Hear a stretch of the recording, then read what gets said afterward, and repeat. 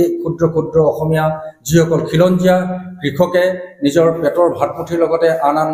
20 লক্ষাধিকৰ অধিক জীৱন যাপনৰ এটা সুবিধা প্ৰদান কৰিছে তেখেতসকলক পণবন্দী কৰি ক্ষুদ্ৰ চাহ খেতিয়কসকলক পণবন্দী কৰি যি হঠকাৰী সিদ্ধান্ত লৈছে তাৰ বাবে আমি সদৌ অসম ক্ষুদ্ৰ চাহ খেতিয়ক সন্থাই তেখেতসকলক গৰিহণা দিয়াৰ লগতে আমি পুনৰবাৰ তেওঁলোকৰ সিদ্ধান্ত বিবেচনা কৰিবৰ বাবে অনুৰোধ জনাইছো আমি চৰকাৰী পক্ষক অনুৰোধ জনাইছো আজি এই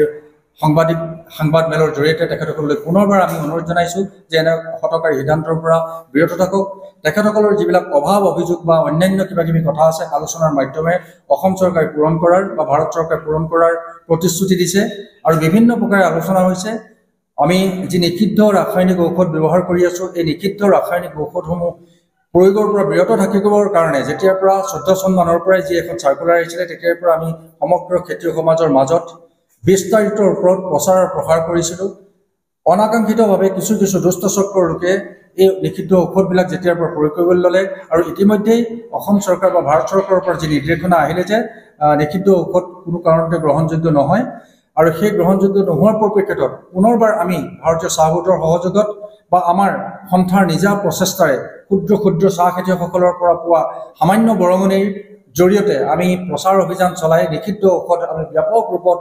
বন্ধ কৰাবলৈ সক্ষম হৈছো ইতিমধ্যে অসম চৰকাৰৰ কৃষি বিভাগৰ তৰফৰ পৰাও সাৰ্কুলাৰ জাৰি কৰিছে কোনোবা যদি দুষ্ট ব্যৱসায়ীয়ে এই নিষিদ্ধ ঔষধ উপলব্ধ কৰা প্ৰমাণিত হয় তেখেতক জেল জৰিমনাৰ লগতে বিভিন্ন শাস্তিমূলক ব্যৱস্থা গ্ৰহণ কৰিব কিছু বটলি ফেক্টৰীয়ে ক্ষুদ্ৰ খেতিয়কক চাহ খেতিয়কৰ চাহপাত ক্ৰয় নকৰাৰ সিদ্ধান্ত গ্ৰহণ কৰিছে কিন্তু সন্থাৰ পৰামৰ্শ অনুযায়ী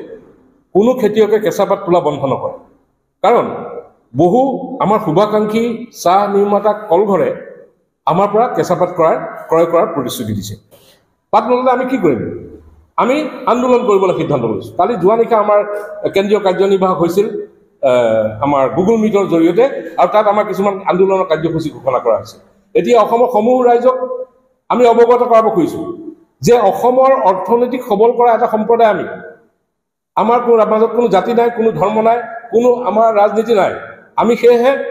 অসমৰ অৰ্থনীতিৰ স্বাৰ্থলৈ লক্ষ্য ৰাখি আমি আন্দোলন কৰিব লাগিব সেই আন্দোলনৰ কাৰ্যসূচীসমূহ আমি আপোনালোকৰ আগত